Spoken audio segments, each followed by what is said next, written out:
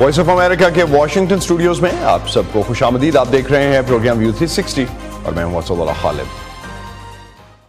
भारत में आम इंतखाबात के 7 में से 4 मराहिल के लिए वोटिंग हो चुकी है और गुज़िश्ता चंद इंतखाबात की तरह इस बार भी इंतखाबी मुहिम के दौरान पाकिस्तान मुखालिफ बयानात का सिलसिला जारी है। वज़ीर-ए-आज़म नरेंद्र मोदी अपनी रैलियों में मुसलमानों और पाकिस्तान का नाम बार बार ले रहे हैं। इसी हफ्ते के आगाज़ पर एक इंतखाबी जलसे के दौरान उन्होंने अपोजिशन को पाकिस्तान की जौहरी ताकत से खौफजदा होने का ताना देते हुए एक बयान में कहा कि अगर पाकिस्तान ने चूड़ियां नहीं पहनी तो वो पहना देंगे। पाकिस्तान के दफ्तर खारजा का कहना है कि इंतखाबी मुहिम के दौरान मुख्तलिफ भारतीय सियासी रहनुमाओं की तरफ से पाकिस्तान मुखालिफ बयानबाजी में खतरनाक हद तक इजाफा हुआ है।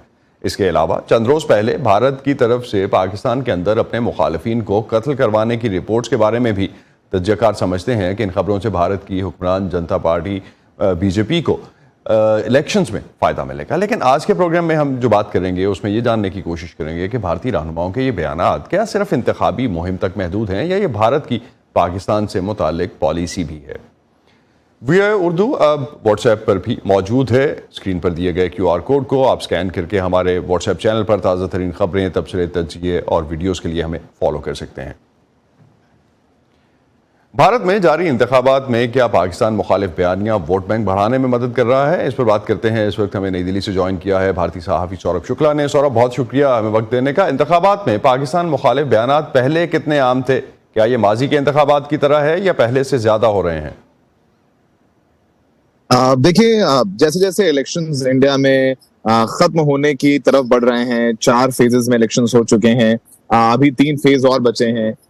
वैसे वैसे पाकिस्तान की बात करें तो उस पर डिस्कशंस बढ़ते जा रहे हैं। अभी मंडे को बिहार स्टेट में मुजफ्फरपुर एक जगह है जहां पे प्राइम मिनिस्टर नरेंद्र मोदी ने अपने स्टेटमेंट में कहा कि ऑपोजिशन कह रहे हैं कि पाकिस्तान ने चूड़ियां नहीं पहन रखी। दरअसल वो जम्मू कश्मीर के ex chief minister Farooq Abdullah के एक बयान का जिक्र करते हुए उसके रेफरेंस में कह रहे थे। फारूक अब्दुल्ला जो ऑपोजिशन अलायंस है उसका एक हिस्सा है, तो उस रेफरेंस में उन्होंने कहा कि फारूक अब्दुल्ला साहब ने कहा कि पाकिस्तान ने चूड़ियां नहीं पहन रखी हैं, अगर नहीं पहन रखी हैं तो हम पहना देंगे।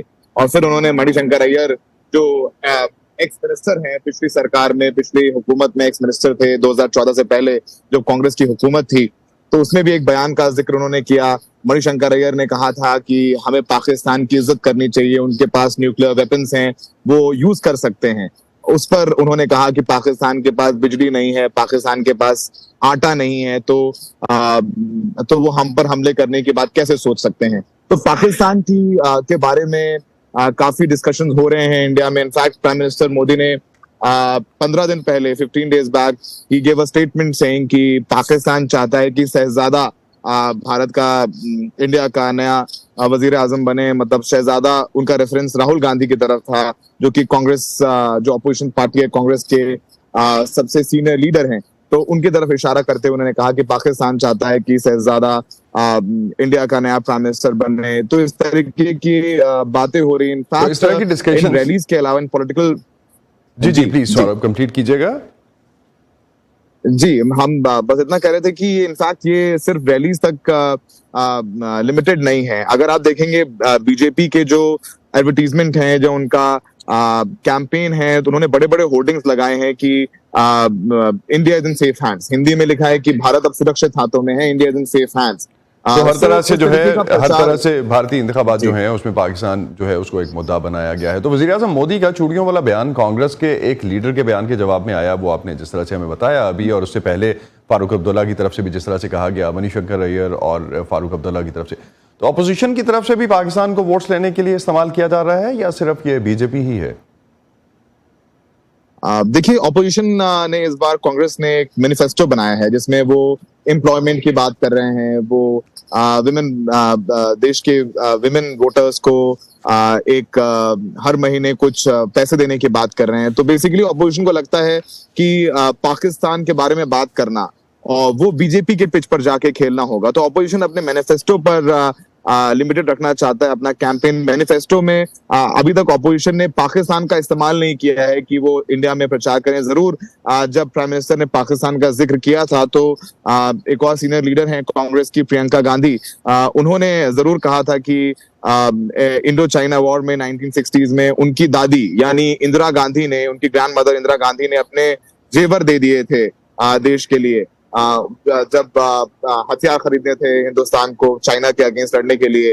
उन्होंने कहा कि उनके पिता राजीव गांधी को उनकी मां ने शहीद कर दिया देश के लिए। तो इस तरीके की बातें हुई, लेकिन ऑपोजिशन पार्टी यूज नहीं कर रही है पाकिस्तान को। वो चाहते हैं कि पाकिस्तान के बारे में ज्यादा बात करना वो बीजेपी के एजेंडे में फंसने जैसा होगा, इसलिए वो अपने मैनिफेस्टो पे अपना कैंपेन। एक चीज लास्ट पे अगर आप बता सकें कि इंतखाबात की रिपोर्टिंग आप कर रहे हैं, ये बताइए पाकिस्तान मुखालिफ बयानात ये जो आ रहे हैं खासतौर पे, ये वोटर्स को अपील भी कर रहे हैं? वोटर्स का क्या रिस्पॉन्स है इस पे? अगर आपको 2019 पिछले इलेक्शन, लोकसभा इलेक्शन याद हो तो उससे पहले फरवरी 2019 में पुलवामा अटैक हुआ था, और पुलवामा अटैक के बाद सर्जिकल स्ट्राइक की इंडिया में बात हुई, चर्चा हुई, और उस सर्जिकल स्ट्राइक ने इंडिया में बहुत माइलेज दिया प्राइम मिनिस्टर नरेंद्र मोदी को। बीजेपी ने for the first time they've crossed 300 seats, so they've got 303 seats। तो इंडिया बीजेपी का अब तक के सबसे बेस्ट परफॉर्मेंस था 2019 में। तो पाकिस्तान जाहिर सी बात है बीजेपी के लिए फेवर करता है। यही वजह है कि जो प्राइम मिनिस्टर नरेंद्र मोदी हैं वो अपने सारे स्टेटमेंट्स हैं बहुत कैलकुलेट करके देते हैं, फिर उसका वो इम्पैक्ट देखते हैं। लेकिन इस बार कोशिश ऑपोजिशन की है कि वो इस एजेंडे में ना फंसे, वो एम्प्लॉयमेंट की बात करें, लेकिन जरूर इन बयानों का असर तो पड़ता है क्योंकि इंडिया में ये बात बिल्कुल लोगों के जहन में घर कर चुकी है कि पाकिस्तान एक दुश्मन मुल्क है। और इसी वजह से वो शायद ये वाले बयान जो हैं वो पाकिस्तान के अगेंस्ट जो आते हैं वो इलेक्शंस में हेल्प आउट करते हैं। बहुत शुक्रिया सौरभ, आप हमें इस हवाले से अपडेट कर रहे थे, बहुत शुक्रिया आपका। भारतीय सियासी क़यादत के पाकिस्तान मुखालिफ बयानबाजी के बारे में वॉइस ऑफ अमेरिका से बात करने वाले चंद मुबस्सिरीन का कहना है कि ये दानिस्ता हिकमत अमली है जिसका मकसद अवाम और वोटर्स को तकसीम करके वोट हासिल करना है। वज़ीर-ए-आज़म नरेंद्र मोदी के पाकिस्तान को चूड़ियाँ पहनाने वाले बयान से पहले भारतीय वज़ीर दिफा ने भारत की मुआशी तरक्की का हवाला देते हुए कहा था कि उन्हें लगता है कि अब पाकिस्तान के ज़ेर इंतज़ाम कश्मीर भी भारत से इल्हाक चाहेगा। भारत के इंतखाबी अमल पर पड़ोसी मुल्क पाकिस्तान गहरी नज़र रखे हुए है। इस्लामाबाद इस बात पर नाराज़ है कि भारतीय सियासतदानों ने वोटरों को अपनी तरफ माइल करने के लिए रिवायती हरीफ पाकिस्तान के बारे में सख्त मौक़िफ़ इख्तियार कर रखा है। वॉइस ऑफ अमेरिका की इस रिपोर्ट में यह जानने की कोशिश की गई है कि भारतीय रहनुमाओं की बयानबाजी को पाकिस्तान में कैसे देखा जा रहा है। इस्लामाबाद से वॉइस ऑफ अमेरिका की सारा जमान की रिपोर्ट। लाहौर के करीब वाक़ सरीना टेक्सटाइल इंडस्ट्रीज की मशीनें पाकिस्तान के नामवर ब्रांड्स और दीगर ममालिक की कंपनियों के लिए कपड़ा तैयार करती हैं। लेकिन पड़ोसी मुल्क भारत, जो दुनिया की सबसे बड़ी मंडियों में से एक है, पहुंच से दूर है। हमें सस्ता खाम माल मिलेगा जो हमें तजारती पाबंदियों से पहले मिल रहा था। उम्दा कपड़ा, हमारे लॉन और कॉटन और सूती कपड़ा भारत में बहुत पसंद किए जाते हैं। इस्लामाबाद ने सन 2019 में भारत के साथ तिजारत को उस वक्त मुअत्तल कर दिया था जब नई दिल्ली ने यकतरफा तौर पर मुतनाज़ा जम्मू कश्मीर की खुद मुख्तार हैसियत को खत्म कर दिया। पाकिस्तानी कारोबारी शख्सियात चाहती हैं कि हुकूमत माशी तकलीफ को कम करने के लिए भारत के साथ तिजारती ताल्लुकात बहाल करे, लेकिन भारत में इंतखाबात के दौरान वज़ीर आज़म नरेंद्र मोदी खुद को कांग्रेस पार्टी के मुकाबले में पाकिस्तान की मुबैयना सरहद पार दहशतगर्दी रोकने में ज्यादा सख्तगीर लीडर के तौर पर पेश कर रहे हैं। मैंने आते ही कह दिया इनफ इनफ, बहुत हो चुका है। आज स्थिति ये है पाकिस्तान दुनिया भर में जा करके रो रहा है, बचाओ बचाओ चिल्ला रहा है। सन 1947 में तकसीम होने वाली ये दो जौहरी ताकतें मुतअद्दिद जंगें लड़ चुकी हैं और एक दूसरे पर सरहद पार दहशतगर्दी का इल्जाम अक्सर आयद करती हैं। पाकिस्तानी तज्जियाकारों का कहना है कि भारतीय सियासतदान इंतखाबात के दौरान पाकिस्तान के बारे में नर्म रवैया इख्तियार करने के मुतहम्मिल नहीं हो सकते। Congress, they are labeling. Congress भी मोदी को पाकिस्तान में मिस्टर शरीफ के दोस्त के तौर पर पेश करने की कोशिश कर रही है। तो ये एक रुझान है। भारतीय सियासतदान और खास तौर से बीजेपी इंतहा पसंद वोटर्स को खुश करने की कोशिश कर रहे हैं और वो नंबर बना रहे हैं कि हम पाकिस्तान के बारे में सख्त मौक़िफ़ इख्तियार करेंगे। And we would be harsh on Pakistan. फरवरी 2019 में उस वक्त कशीदगी उरूज पर पहुंच गई जब पाकिस्तान और भारत कई दिहाइयों में पहली बार एक फिजाई झड़प में उलझे। फिर भी 2021 के बाद से दोनों फरीकों ने बड़ी हद तक कश्मीर में लाइन ऑफ कंट्रोल पर अपनी तवील तरीन जंगबंदी को बरकरार रखा हुआ है।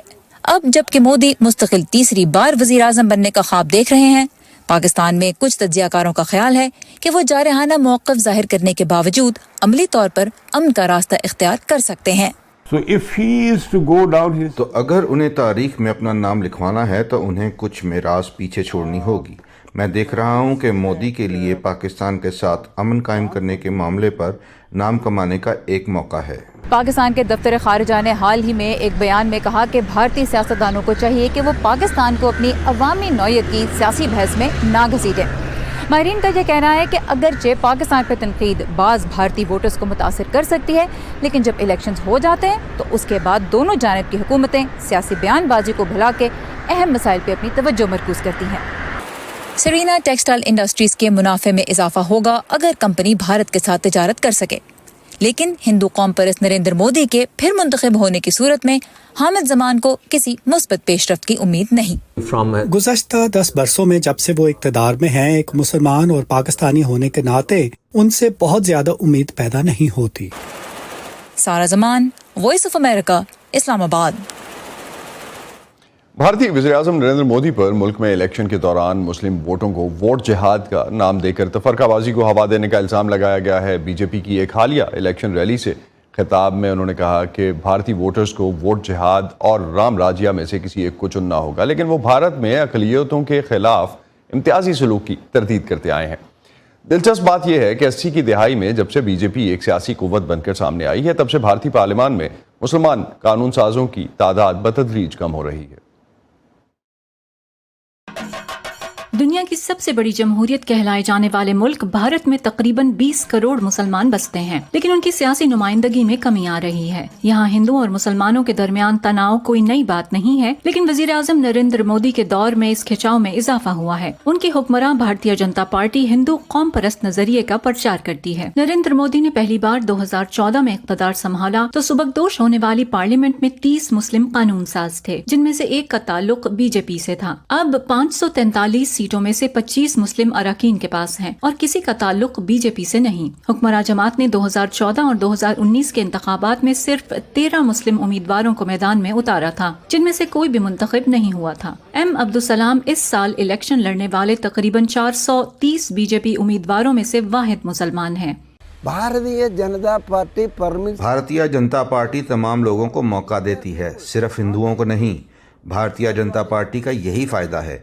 ये मुकम्मल तौर पर जामे और सबके लिए खुली पार्टी है। Open party. 1980 के वस्त में मुसलमान भारत की आबादी का 11% थे और पार्लियामेंट में उनकी 9% नशिस्तें थीं। आज वो आबादी का 14% हैं, लेकिन पार्लियामान में नुमाइंदगी 4.6%। दूसरी जानिब भारत की 1.4 अरब की आबादी का 80% और पार्लियामेंट का 90% हिंदू हैं। मुल्क की 28 रियासती असम्बलीज में 4000 से ज्यादा अरकान हैं, जिनमें से तकरीबन 6% मुस्लिम कानून साज हैं। 2006 में जारी करदा एक सरकारी रिपोर्ट के मुताबिक भारत में मुसलमान ख्वानदगी, आमदन और तालीम तक रसाई के एतबार से हिंदुओं, मसीहियों और निचली जात के अफराद से भी पीछे हैं। गो के वक्त के साथ इसमें बेहतरी आई है, लेकिन ज्यादा नहीं। रियासत के नुक्ता नजर से ये तशवीशनाक है। इस बात से कतई नजर के इक़्तिदार में कौन आता है, मुझे नहीं लगता कि कोई भी जमहूरियत जो सियासी या समाजी तौर पर किसी खास कम्युनिटी को हक के राय दही से महरूम कर देती है, मुस्तहकम रहती है। एक दहाई से बरसरे इक़्तिदार हुक्मरान जमात बीजेपी ने बैनुल मज़ाहिब शादियों पर पाबंदियों समेत कई ऐसे क़वानीन बनाए या तजवीज़ किए जिन्हें मुस्लिम रहनुमा तासुब पर मबनी समझते हैं। हालिया इंतखाबी रैलियों में नरेंद्र मोदी ने कहा है कि मुसलमान दरअंदाज हैं, उनके बहुत ज्यादा बच्चे हैं। उन्होंने अपनी अहम हरीफ जमात कांग्रेस पर बगैर सबूत के इल्जाम लगाया है कि वो हिंदुओं की दौलत को मुसलमानों में तकसीम करने की मंसूबाबंदी कर रही है। कई भारतीय मुस्लिम समझते हैं कि मोदी अपनी सियासी हिकमत अमली के तौर पर तकसीम को हवा दे रहे हैं। देशवासियों का कोई लोगों के लिए कोई तरक्की नहीं, कुछ अच्छा नहीं है। यहाँ कौन बोलेगा? कोई सामने आए, खुलकर बात करे तो अगले दिन वो जेल में होता है, घर से उठा लिया जाएगा या एक बिल्डोजर भेज दिया जाएगा। इसलिए खौफ के मारे कोई बात नहीं करेगा, डर के मारे कोई बोलेगा नहीं। भारत की हिज़्ब इख्तलाफ की जमातों में भी मुसलमानों की नुमाइंदगी कम हुई है। मुल्क की 28 रियासतों में से किसी एक में भी कोई मुसलमान वज़ीर आला नहीं है, जबकि 19 रियासतों में बीजेपी और उसके इत्तेहादियों के वज़राए आला हैं। माहिरीन का कहना है कि जैसे जैसे बीजेपी ज्यादा ताकतवर होती जा रही है, भारतीय अपोजिशन जमातें हिंदू वोटर से दूरी के खौफ से मुस्लिम उम्मीदवारों को नामजद करने से हिचकिचा रही हैं। कुछ अफराद समझते हैं कि जब सियासी जमातें मुसलमानों को मैदान में नहीं लाती तो उनके अहम मसाइल कम ही पार्लियामेंट में जेर बहस आते हैं।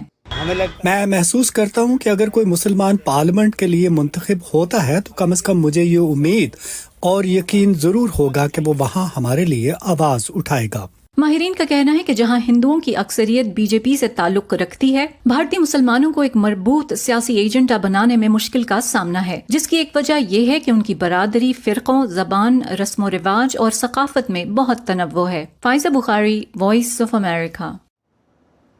भारत के इंतखाबात में पाकिस्तान मुखालिफ बयानिया क्यों अहम है और भारतीय सियासत में क्या किरदार अदा करता है, इस पर बात करते हैं प्रताप सोमवंशी से, जो नई दिल्ली से हमें ज्वाइन कर रहे हैं। प्रताप, बहुत शुक्रिया हमें वक्त देने का।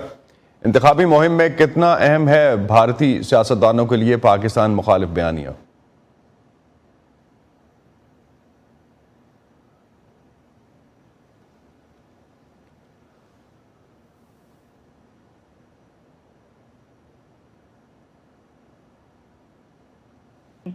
वो कहते हैं कि वो जो भारत की आंख में आंख डाल के बात करे, यानी यहाँ दिल से दिल मिलाने वाली बात कोई नहीं करता, न इधर से होती न उधर से होती है।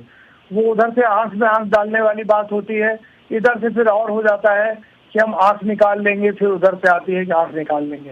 होना ही चाहिए था कि दोनों तरफ से दिल मिलने और मिलाने वाली बात होती, तो जाहिर तौर पे वैसी स्थिति है नहीं। तो उसमें और ये चीज जब इलेक्शंस होते हैं तो और ज्यादा उभर के सामने आ जाती है। प्रताप, आप जिस तरह से कह रहे हैं कि ये जिस तरह से रोल प्ले करता है एक पाकिस्तान मुखालिफ बयानिया, आंखें मिला के जो बात करने वाली बात है या आंखें निकालने वाली जो बात है, और उसके बाद खास तौर पे जब ये बात हो रही है कि आप कह रहे हैं कि दिल से दिल मिलाने वाली बात, तो दिल मिलाने वाली बात कोई पार्टी करती भी है या सिर्फ ये हम बीजेपी की बात कर रहे हैं तो उस कॉन्टेक्स्ट में रहते हैं? कोई भी नहीं करती। इनको ये लगता है कि ये आप देखिए ना, दोनों तरफ से वो घूम फिर के चीजें आ जाती हैं। वो उधर से कश्मीर आ जाएगा, इधर से ये चीजें आ जाएंगी।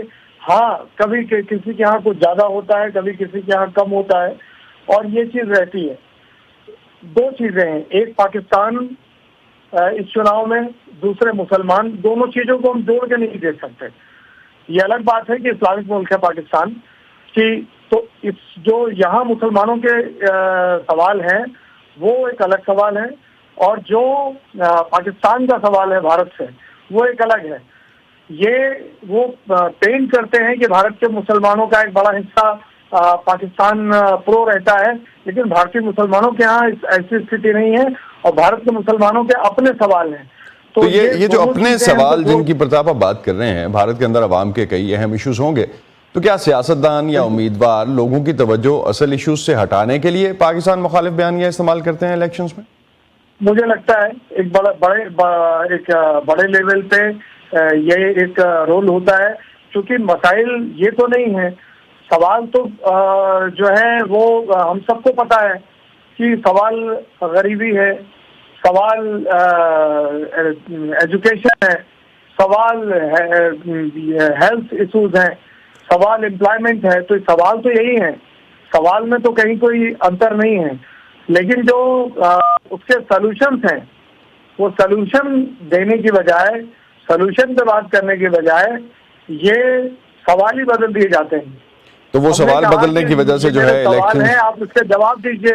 आपने कहा कि हम चलो सवाल ही बदल देते हैं, जब क्वेश्चन चेंज हो गया तो उसके आंसर भी चेंज हो जाएंगे, तो फिर वो सारा जो डिबेट है उस नए क्वेश्चन आंसर पे होता है, और पॉलिटिकल जो नैरेटिव करते हैं, इसी डिबेट जिन सवालों के जवाब नहीं देने होते उनमें वो उसके सवाल बदल दीजिए। बहुत बहुत शुक्रिया प्रताप, आप हमारे साथ थे और खासतौर पे जो इंडियन इलेक्शंस के हवाले से इस वक्त कैंपेन हो रही है, पाकिस्तान मुखालिफ बयानियां हैं, उस पर हम आपसे तजिया ले रहे थे। इसी में मजीद बात करते हैं डॉक्टर आमना महमूद से, इस्लामिक इंटरनेशनल यूनिवर्सिटी इस्लामाबाद से मुंसलिक हैं। डॉक्टर आमना, बहुत शुक्रिया आपका। पाकिस्तान में सरकारी सतह से हटकर भारतीय सियासतदानों और ख़ासतौर से नरेंद्र मोदी के पाकिस्तान मुखालिफ बयानिए को कैसे देखा जा रहा है? देखिए, हमेशा से ऐसे होता है, जब इंडियन इलेक्शन शुरू होते हैं तो उससे 6 महीने पहले एक रेक्टिक क्रिएट हो जाता है कि पाकिस्तान कार्ड किया जाता है इलेक्शन में, और वो फिर 6 महीने इलेक्शन का प्रोसेस है इंडिया में, क्योंकि 4 मराहिल में होता है, तो फिर वो जारी रहता है और फिर 6 महीने तक उसका हैंगओवर चलता रहता है। तो इंडिया पाकिस्तान रिलेशंस में ये 1.5 ईयर जो है इलेक्शन से पहले और बाद का पीरियड, ये बड़ा टेंशन का पीरियड होता है। और ये बयानियां, जैसे अभी हम बात कर रहे थे पहले, कि ये बयानियां शुरू ही इसलिए किया जाता है कि जो असल इश्यूज से नजरें हटाई जा सके, और फिर ये कि क्योंकि इंडिया पाकिस्तान के रिलेशंस में रियलिटी से ज्यादा जो हिस्ट्री का हैंगओवर है वो बड़ा ज्यादा है। जो एक जिस वक्त तकसीम हुई और उसके बाद जो एक हॉस्टाइल एनवायरनमेंट डेवलप हुआ है दोनों कंट्रीज के दरमियान, वो उनके बयानिए में शामिल है और वो फर्दर एग्रावेट होता रहा है, मजीद उसमें इजाफा ही होता रहा है। डॉक्टर अपना एक चीज़, कुछ तजियाकार समझते हैं कि भारत की इंतखाबी मुहिम जो है उस पर जो बयानात सामने आते हैं वो सिर्फ वोटर्स को अपनी तरफ लाने के लिए हैं और उन्हें इंतखाबी मुहिम के बयानिए से कुछ ज़्यादा अहमियत देने की ज़रूरत नहीं है। क्या ऐसा ही है? जी, ये आम लोगों के लिए तो सही है, लेकिन मेरा ये ख्याल है कि जो इंडिया की पॉलिसी है पाकिस्तान की तरफ, वो हमेशा से पाकिस्तान मुखालिफ ही है। एक वक्त था जिसको हम नॉर्वेजियन जो प्रैग्मेटिज्म कहते थे, लेकिन उसके बाद बीजेपी आ गई। अब बीजेपी के लिए ये बड़ा इम्पोर्टेंट है कि वो, क्योंकि एक हिंदुत्वा और एक अपना नया नैरेटिव बना रहे हैं कि जो हिंदुस्तानी नहीं बल्कि हिंदू कौमियत के बेस पे है, तो उसमें फिर वो जैसे अपनी माइनॉरिटीज को टारगेट कर रहे हैं और जो उन्होंने लॉज बनाए हैं सीए जैसे, तो उसमें फिर पाकिस्तान के खिलाफ बयानियां बनाना और ये बताना कि I will be more harsh on Pakistan, तो ये उनके लिए बड़ा जरूरी है। और वो एड्रेस करना चाहते हैं जो एक्सट्रीमिस्ट वोटर है। तो पाकिस्तान में जब इंतखाबात होते हैं तो भारत मुखालिफ बयानिया इस्तेमाल होता है? पाकिस्तान में असल में मसाइल बड़े ज्यादा हैं, और क्योंकि पाकिस्तान एक मिडिल पावर नहीं है, एक स्मॉल पावर है जिसका सिर्फ अपना इंटरेस्ट अपने बॉर्डर डिफेंड करने तक है। तो पाकिस्तान में भी कभी कभी इस बात का होता है कि इंडिया के साथ जो रिलेशंस हैं वो उसको टिट फॉर टैट के बेसिस पे होना चाहिए, लेकिन मोस्टली पाकिस्तान के जो पॉलिटिकल पार्टीज हैं वो कन्फाइन रहती हैं अपने लोकल इश्यूज के ऊपर और लोगों को इंसेंटिव देने पे और ज्यादा डेमोक्रेसी वगैरह देने के। तो नरेंद्र मोदी अगर डॉक्टर आमना तीसरी मरतबा मुंतखब होते हैं तो क्या पाकिस्तान उनके साथ बातचीत के लिए कोई कोशिश कर सकता है?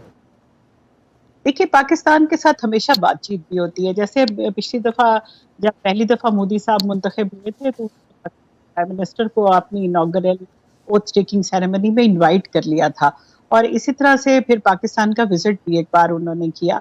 तो ऐसा नहीं है कि ये जो इलेक्टोरल रेट्रिक है ये मुसलसल कंटिन्यू रहे, क्योंकि दोनों मुल्कों के दरमियान वर्किंग रिलेशन तो जाहिर है कि ज़रूरी है, आप हमसाए हैं और आपने साथ ही रहना है। तो ऐसा नहीं है कि ये बात करने से मना करता है। आप देखिए कि बहुत ज़्यादा रेट्रिक है, बहुत ज़्यादा है, लेकिन साथ ही पाकिस्तान की गवर्नमेंट जब नई आई है तो उन्होंने फिर तजारत की बात भी की है, ओपनिंग की बात की है। इस वक्त क्योंकि ये रेट्रिक बना हुआ है, जब इलेक्टोरल प्रोसेस ख़त्म हो जाएगा तो मेरा ख्याल है कि इंडिया इस पर रिस्पॉन्ड करेगा। लेकिन अभी जयशंकर साहब ने कह दिया कि हम टेररिस्ट के साथ नहीं ट्रेड करते। तो ये देखना होगा कि आने वाले दिनों में ये किस करवट ऊँट बैठेगा। बहुत शुक्रिया डॉक्टर आमना, आप हमारे साथ थी, इस्लामाबाद यूनिवर्सिटी से मुंसलिक हैं, इस हवाले से हमें तजिया दे रही थी। बहुत शुक्रिया आपका। इस पे खत्म करते हैं आज का व्यू 360। स्टे सेफ, और पाकिस्तान और खित्ते भर की खबरों के लिए आप हमारी वेबसाइट और सोशल मीडिया पर आ सकते हैं। अब तक के लिए इतना ही। असदुल्लाह खालिद को इजाज़त दीजिए। खुदा हाफिज़।